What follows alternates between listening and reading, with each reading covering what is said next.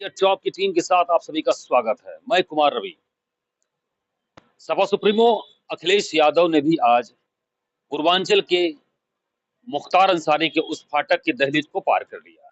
इसके पहले अगर हम बात कर रहे थे, असदुद्दीन ओवैसी भी जो है हैदराबाद के हजारों किलोमीटर की दूरी तय करते हुए, लखनऊ को पार करते हुए, बनारस से होते हुए गाजीपुर और यूसुफपुर के उस मुख्तार अंसारी के जो है फाटक को पहले ही लांघ चुके हैं। जो यह राजनीतिक समीकरण पूर्वांचल में बन रहा है वह अजीबोगरीब अब दिख रहा है। 19 अप्रैल को पहला लोकसभा 2024 का चुनाव चरण होने वाला है। ऐसे में तमाम समीकरण बनाए जा रहे हैं। एक तरफ प्रधानमंत्री मोदी और योगी की जोड़ी ताबड़तोड़ रैलियां कर रही, तो दूसरी तरफ यहाँ पर विपक्षी दल अगर उत्तर प्रदेश की 80 लोकसभा सीटों की बात करें तो यहाँ पर अखिलेश यादव भी अपने दल बल के साथ तमाम राजनीतिक उठापटक और तमाम राजनीतिक प्लान करने में लगे हुए हैं। ऐसे में जो आनंद फानन में जो है सूचना आई एक दिन पहले कि अखिलेश जाने वाले हैं, और आज समय बीता ही नहीं, आज दोपहर वो वहां पहुंच गए और अफजाल अंसारी और मुख्तार अंसारी के बेटे और पूरे परिवार के साथ उन्होंने वहां पर काफी समय बिताया और फाटक के आसपास मीडिया वालियों से बात की। अगर हम देखा जाए तो जो समीकरण जो समझ में आ रहा है कि इस समय मुख्तार अंसारी के जमींदोज होने के बाद जो राजनीतिक स्थितियां वहां पर बनती दिख रही हैं, ऐसे में कुछ सीटें वहां पर जो आसपास की हैं वह प्रभावित होते हुए नजर आ रही हैं। हालांकि इसको बहुत ही तस्दीक से नहीं कहा जा सकता, लेकिन अगर हम बात करें आसपास के वहां सीटों पर, गाजीपुर, बलिया, घोसी, मऊ, आजमगढ़, ये सब 4-5 जो सीटें वहां जो है मुख्तार अंसारी के आसपास प्रभाव वाले क्षेत्रों में, वहां पर समीकरण बदल सकते हैं। हालांकि आजमगढ़ से भी निरहुआ को दोबारा सीट मिला है और बलिया से भी जो है वहां पर भाजपा के सांसद रहे, लेकिन अब राजनीतिक जो हलचल मच रही है, ऐसे में एक अंडर करंट क्या चल रहा है, आइए हम इसी पर बात करते हैं। हमारे वरिष्ठ पत्रकार साथी हैं करमवीर, जो अभी हाल फिलहाल ही जो है 2 दिन का दौरा कर गाजीपुर, यूसुफपुर और तमाम उस आसपास के क्षेत्रों से होते हुए आए हैं। आइए हम इनसे बात करते हैं कि करमवीर से कि क्या माहौल फिलहाल अब फाटक की राजनीति जो वहां पर दिख रही है। अभी तक फाटक ये शब्द लोगों की जुबान से नहीं निकलता था, केवल वहीं तक था, लेकिन आज ये सुर्खियों में छाया हुआ है। मुख्तार के जाने के बाद फाटक के जो राजनीतिक रंग है, क्या समझ में आपको आ रहा है? रवि जी, स्वामी प्रसाद मौर्य सबसे पहले फाटक गए थे। वहां पे उन्होंने हाजिरी लगाई थी मुख्तार अंसारी के सुपुर्द खाक होने के बाद। उसके बाद ओवैसी गए और हालांकि समाजवादी पार्टी से धर्मेंद्र यादव को अखिलेश यादव ने भेजा था। उसके बाद से एक सिनारियो बनने लगा था कि अखिलेश के ना जाने से वहां के लोग जो है बहुत नाराज हैं। मैं खुद भी गाजीपुर गया था, अफजाल अंसारी से मिल के आया था।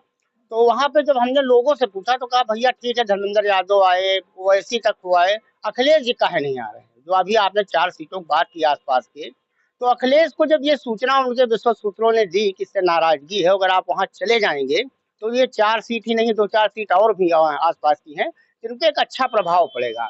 तो उसी के मद्देनजर आज अखिलेश यादव गए, उन्होंने मुलाकात की। जब मैं वहां था, 2-3 दिन था लगभग, तो वहां के लोगों से जब बात कीजिए तो उनमें बड़ी नाराजगी है, सरकार के प्रति भी है।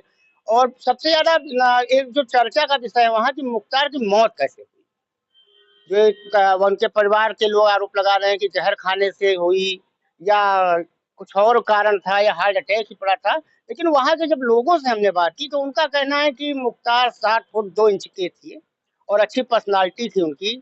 और जब वो एक, आपने देखा होगा वीडियो भी चल रहा था कि जब उन्हें एम्बुलेंस से उतारा जा रहा था मेडिकल कॉलेज में, तो उनका पेट काफी फूला हुआ था। तो ये वहाँ के क्षेत्र में जो आम आदमी है, तो चर्चा ये चर्चा है वहाँ पर, मतलब मुख्तार की मौत जो है कंट्रोवर्सी बन गई है वहाँ के। मुख्तार के मौत होने के बाद, इतना मुख्तार जिंदा होते हुए बहुत रहस्यमय नहीं जी जी जी, उनकी मौत उससे ज्यादा रहस्य, उसकी जो गुत्थी लेकर, उसको गुत्थी को लेकर लोग जो बड़ा संशय की स्थिति में, बहुत राजनीतिक एक प्रभाव पड़ सकता है बहुत बड़ा। ऐसे में क्या माना जाए कि तमाम ऐसे नेतागण भाजपा की तरफ से अगर हम बात करें, फिलहाल वहां पर कई बार सांसद रहे गाजीपुर से मनोज सिन्हा, जो रेल राज्य मंत्री भी रहे और भाजपा के पूर्वांचल में चेहरा भी रहे, और एक समय ऐसा भी रहा जो योगी जी को प्रथम बार जो सीएम बनाने का जब उनको बुलावा दिल्ली से है, उससे पहले वो पूरी तैयारी कर चुके थे। वो सब हम लोग बात कर चुके हैं। तो क्या ये लग रहा है कि क्या कश्मीर की पहाड़ियों से, कश्मीर की वादियों से बाहर निकलते हुए मनोज सिन्हा क्या एक बार अपने क्षेत्र में वहां पर जा सकते हैं? जो वैक्यूम बना हुआ है, अभी तक केवल मुख्तार या मुख्तार से जुड़े लोग या उनकी पार्टी या उनकी विचारधारा से जुड़े लोग वहां पर राजनीति जाते रहे, तो ऐसे में भाजपा का भी कोई न कोई प्रतिनिधित्व वहां पर होना चाहिए क्या? ये आपने बहुत अच्छा सवाल किया।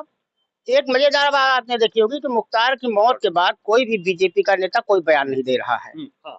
मैं गाजीपुर गया तो मैंने भाजपा के कुछ नेताओं से संपर्क किया कि कुछ बोले, तो उन्होंने साफ मना कर दिया, कहा इस इशू पे नहीं बोलेंगे। दूसरा जो आपने मनोज राय सिन्हा का बात किया, तो वहाँ के लोगों से अब चर्चा हुई जब हमारी, तो उन्होंने कहा कि उनका लड़का चाह रहा है वहां से टिकट। मनोज सिन्हा इसके लिए अड़े हुए भी हैं, लेकिन जो केंद्रीय नेतृत्व है वो मुख्तार की मौत के बाद जो नए समीकरण बने हैं उसके आधार पर वहां से अपना प्रत्याशी उतारेगा। और इसका इफेक्ट खाली गाजीपुर सीट पर नहीं पड़ेगा, बलिया का टिकट, आजमगढ़ का टिकट, ये सारे टिकट जो हैं इसी समीकरण के आधार पे बीजेपी बदलाव हो सकते हैं, जैसे आजमगढ़ निश्चित तौर पर हो सकते हैं। तो मतलब इसको आप नकार नहीं सकते। इस तरह के राजनीतिक बदलाव भाजपा का केंद्रीय नेतृत्व कर सकता है, बिल्कुल करेगा। पूर्वांचल जैसे बनारस में जो मोदी जी खुद हैं और तमाम ऐसी सीटें वहां पर हैं। अगर हम मछली शहर की बात करें, अभी फंसी हुई है, हालांकि आखिरी चरण में है। तो कुल मिलाकर पूर्वांचल की राजनीति, जो सूबे की पूर्वांचल राजनीति बड़ा उठा पटक वाली, और मुख्तार के मौत के बाद से जो है मुझे लग रहा है कि जैसा आपने देखा, जो आपने जमीनी परीक्षण वहां पे किया, लोगों से बातचीत की, बड़ा बदला सा वो फिजा सा रहा है। दूसरा ओवैसी भी इसमें ट्विस्ट करेंगे।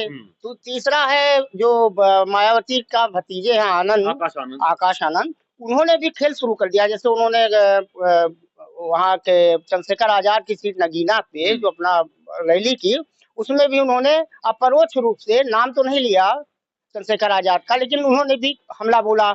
ओवैसी के आने से वैसे भी चुनाव में ट्विस्ट है। तो मुख्तार का जो एंगल है वो कहीं ना कहीं आम चुनाव 2024 में निश्चित तौर पर प्रभावी होगा।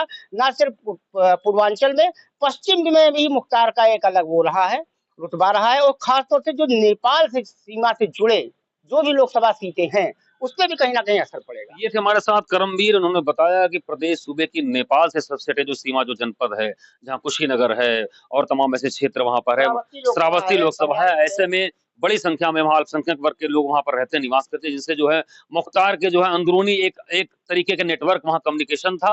और जैसा कि बताया, उठापटक बड़ा राजनीतिक बदलाव आगे देखने को मिलेंगे, टिकट को लेकर, टिकट के बंटवारे को लेकर, नेताओं की उपस्थिति को लेकर, नेताओं की अनुपस्थिति को लेकर। ऐसे में मुख्तार का ये जो चैप्टर अभी खत्म होता हुआ नजर नहीं आ रहा है। यह चुनाव में जो है, खासकर गाजीपुर के आसपास पूर्वांचल में मुख्तार की यह आबो हवा जो है, जो एक राजनीतिक रंग है, वह ऐसे तमाम ऐसे जो है कयासों से जो है ऐसे इसी तरीके से भरी रहेगी, और नए जो है शिगुफे भी उस समय निकलते रहेंगे।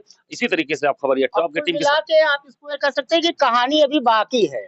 ये जैसा कि करमवीर कह रहे हैं कि पिक्चर अभी बाकी है पूर्वांचल में। अगर आप बात करें तो ऐसे में कई नेताओं के दांव वहां पर राजनीतिक दांव लग सकते हैं। निरहुआ का दूसरी बार है, बलिया से जैसा कहा जाता है कि जो दयाशंकर सिंह परिवहन मंत्री हैं वो वहां पे विधायक हैं, और वहां भी उनकी जिम्मेदारी बढ़ जाती है। नीरज शेखर, चंद्रशेखर के कभी जो है उनके बेटे हैं, उनके भी राजनीतिक दांव साख पर लगी हुई है। तो तमाम चीजें समीकरण जो है सुनने को मिल रहा है।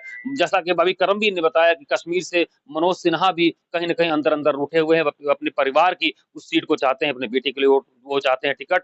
और कहीं दावेदारी अगर ऐसा कुछ हुआ तो कृष्णानंद राय के बेटे को भी ऐसा कुछ जो सुनने को मिल रहा है कि संवेदना में जो उनको दिया जा सकता है। तो तमाम इस तरीके के जो राजनीतिक जो समीकरण बनते हुए नजर आ रहे हैं, और आगे चौंकाने वाले जो है इस तरीके के जो गतिविधियां आपको देखने को मिलेंगी। इसी तरीके से खबरिया टॉप की टीम के साथ बने रहिए। आपको हर पूर्वांचल के मुख्तार से आसपास के इलाकों से जुड़ी गतिविधियों से लगातार अपडेट करते रहेंगे।